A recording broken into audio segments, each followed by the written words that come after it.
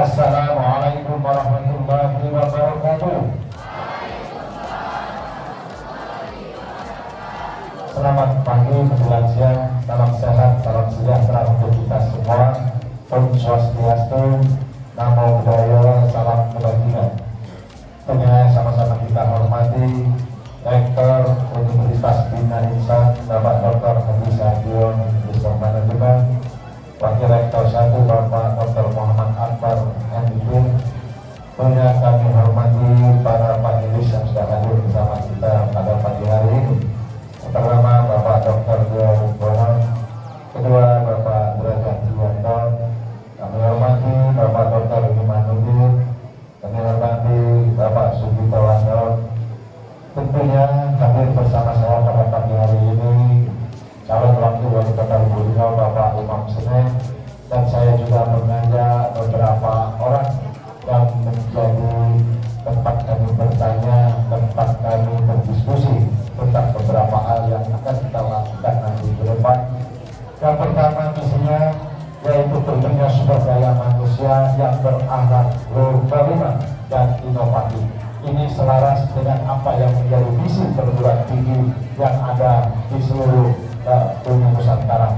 Bagaimana menciptakan manusia-manusia yang berakhlak baik, yang bagaimana menciptakan manusia-manusia yang inovatif tentang bentuk-bentuk perkembangan kemajuan zaman, apalagi di era teknologi yang ada sekarang. Yang kedua, meningkatkan pemberdayaan ekonomi lokal yang tumbuh dengan terlalu kecil ya kan, tidak terlalu ya, dan berdaya saing yang berbasis digital. Karena saya meyakini perguruan tinggi juga sudah mengadopsi bahwa saya dari teknologi yang ada, bahwa era digital sekarang ini suatu hal yang tidak bisa kita pungkiri, yang harus kita terapkan nanti ke depan untuk melaksanakan misi yang kedua.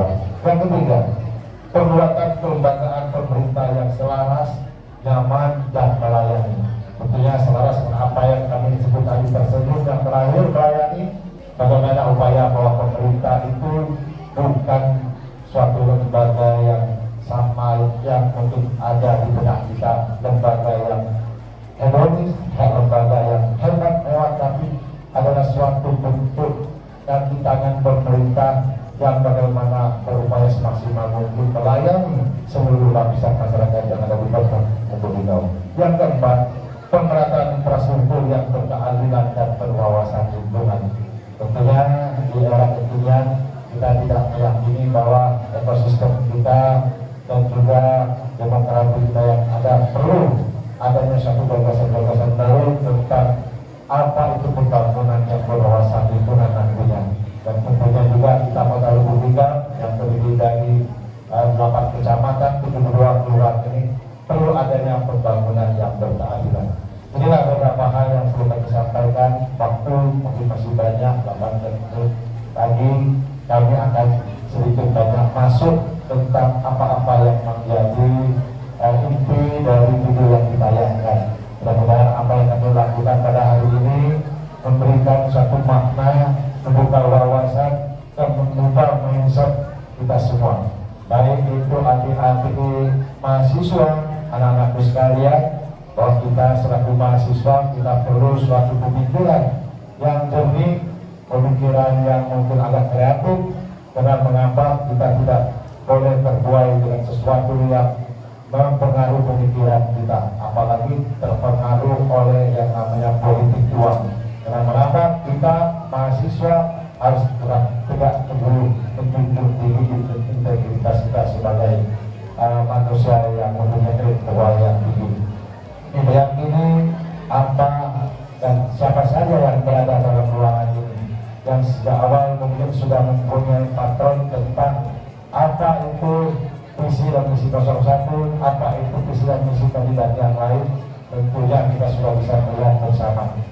Visi misi baik semua, tapi kita harus pelajari visi dan misi ini berasal dari mana, tentang hadirnya mereka untuk kita jalankan nanti ke depan. Jangan hanya visi yang dibuat ini sifatnya top down saja dari atas, tapi tidak bisa melihat bagaimana kondisi kekinian yang ada di tengah masyarakat, bagaimana budaya yang ada, bagaimana tentang karakteristik penduduk-penduduk yang ada ada di Kota Lubuk Linggau. Kalau kita serahkan kepada para pakar yang mungkin intelektualnya memang sangat tinggi, tapi tidak menguasai tentang demokrasi itu betul-betul, artinya kita akan menciptakan suatu hal yang nanti menjadi permasalahan yang besar ke depan. Itu yang kami meyakini bahwa visi dan misi yang adil oleh pasangan Rais ini adalah bentuk dari suara-suara yang adil di tengah masyarakat yang kami bawa mulai dari bottom up, dari bawah kita kami paling bawah, untuk nanti dikedepankan bagaimana upaya pemerintahan baru di bawah pasangan Rais Rodi dan Imam Seren bisa membawa Republik ini berkemajuan dan bisa menjadi daerah yang punya daya saing minimal tidak di tingkat regional di Sumatera Selatan. Karena kita meyakini sampai dengan hari ini Kota Lubuk Linggau sudah terkenal dengan kota terbesar kedua di Sumatera Selatan. Kita harus mempertahankan, jangan sampai Kota Lubuk Linggau yang kita cintai ini akan terdegradasi prestasinya turun menjadi daerah yang mungkin nanti ada di peringkat yang lebih bawah lagi dari daerah-daerah yang lain. Karena kita meyakini daerah Kota Lubuk Linggau ini mempunyai potensi yang besar, walaupun kita tidak mempunyai sumber daya alam yang menjadi kebanggaan dan warisan Tuhan. Tapi kita meyakini bahwasanya dengan kemampuan sumber daya manusia yang hebat-hebat yang ada di Kota Lubuk Linggau, saya meyakini itu suatu sumber daya yang besar yang mumpuni untuk menjadikan Kota Lubuk Linggau ini bukan hanya saja menjadi kota transit, tapi akan menjadi kota tujuan, baik itu tujuan perdagangan maupun tujuan pendidikan. Jadi mereka tidak bersusah payah lagi mencari pendidikan yang ada di luar Kota Lubuk Linggau maupun Pulau Jawa, maupun daerah Sumatera, di atas Padang dan lain sebagainya. Tapi cukup di Kota Lubuk Linggau anak-anak bangsa bisa mengenyam pendidikan yang baik, mengenyam pendidikan yang bermutu nantinya juga ke depan. Inilah yang dapat kami sampaikan. Kita mendoakan, terima kasih atas waktu yang telah diberikan.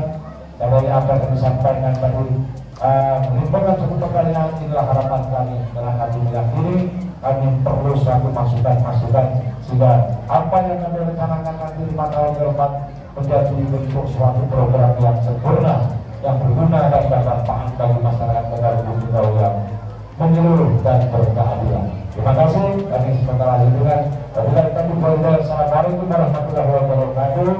Ada pantun untuk kita semua pada pagi hari ini. Ada desa indah dan permai, banyak sawah dan sekolahan. Ayo ciptakan pilkada yang damai agar terhindar dari perpecahan. Dua kurma di petik peluang, merpati lepas di petik gerbang. Jangan terima politik kuat, korupsi banyak makin berkembang. Terima kasih. Masih banyak lagi bagi masyarakat.